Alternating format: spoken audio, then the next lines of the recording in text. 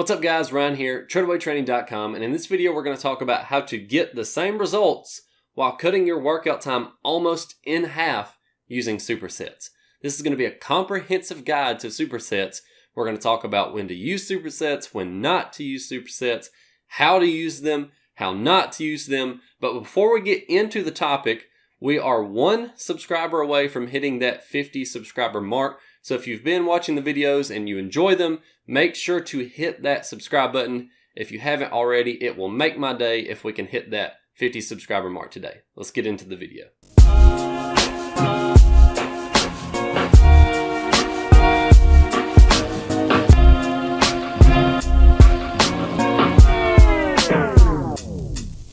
First, let's start by simply defining what a superset is. A superset is simply doing 2 different exercises back to back before having a rest break. An example of this would be using a bicep curl, then a tricep extension, then having a rest, and then repeating that process. So bicep, tricep, rest. And this can be any exercise you want. But there are certain times that we want to use these and certain times that we don't want to use these. Some examples of when not to use these would be when you're doing heavy compound lifts that they require a lot of technical skill in order to do the movement correctly and safely. So examples of this would be a squat, deadlift, a snatch, power clean, any type of heavy compound exercise that will require you to be fresh when you start the set. In order to do it safely, you're not going to want to superset anything with those exercises. So a good example of when to use a superset would be, let's say you've already done your heavy compound exercises for the day. So you've done, say, your squat and your bench and your deadlift. You've done those are out of the way. And then you go on to your accessory movements, your secondary lifts. So example, like I was saying a minute ago, bicep curl, tricep extension, that would be a good one. A shoulder press and a leg extension will be a good one. And so the main thing is to use them with your secondary work and not use them with those exercises where you have to have a very strict form in order to perform the movement safely. Now let's talk about how to and not to do supersets. There's definitely a right and a wrong way to use supersets. We do not want to use supersets with exercises of the same muscle group or muscle groups that complement each other. An example of this would be we don't want to do 2 chest exercises in a row, so we don't want to do a bench press followed by a chest fly. And the reason for that is because you're just going to be overly taxing the chest muscle back to back, and you're going to be getting less out of each of those exercises. So you'd want to separate those exercises to give your chest a chance to recover so that then you could do an adequate amount of weight on the second exercise, and that way you can get more overload on the muscle. You can lift that heavier weight with good form, and you can put more mechanical tension on that muscle. Whereas if you're doing them back to back, you're going to have to do less weight with each of the exercises because you're going to be tired during each of the sets because you're doing the same muscle group for 2 sets in a row without rest. Sticking with the chest, another example of what not to do on supersets would be to do a chest exercise and a tricep exercise back to back. So let's use the bench press again.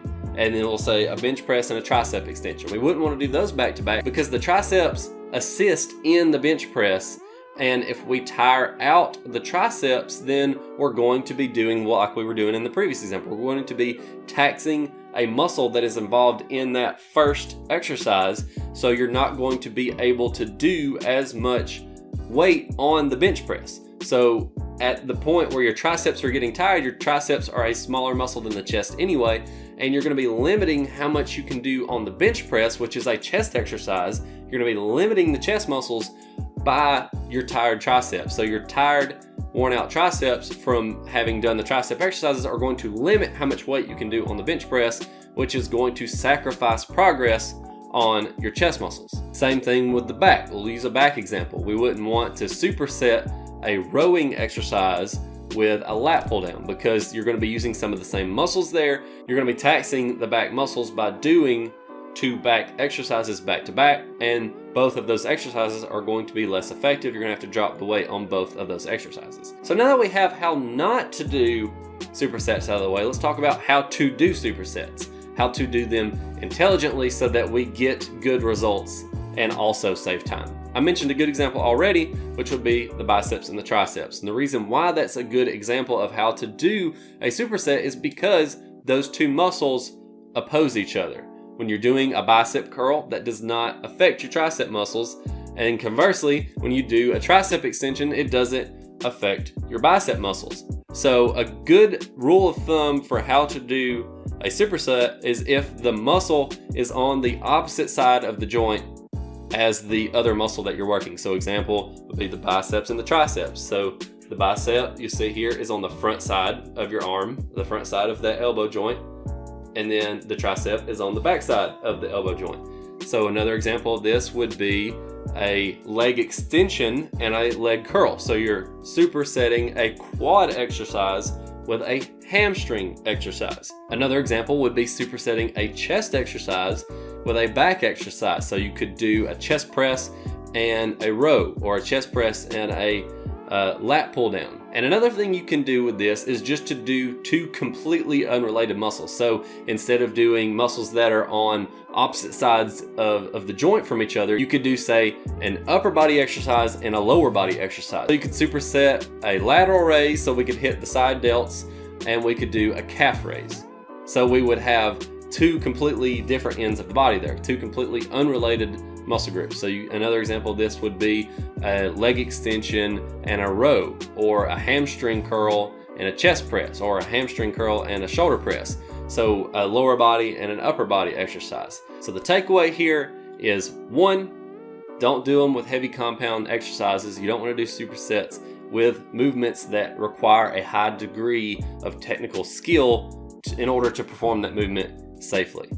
And then also we want to do supersets with exercises that are unrelated to one another. So you don't want to do supersets on exercises for the same muscle or muscles that complement each other. So you don't want to do chest and tricep or biceps and back.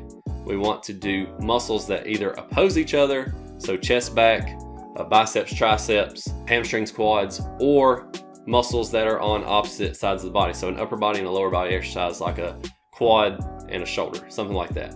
Hopefully that helps you get in and out of the gym quicker while not sacrificing results. If you like the video, make sure to give it a thumbs up. If you haven't already, make sure to hit that subscribe button so that we can hit that 50 subscriber mark.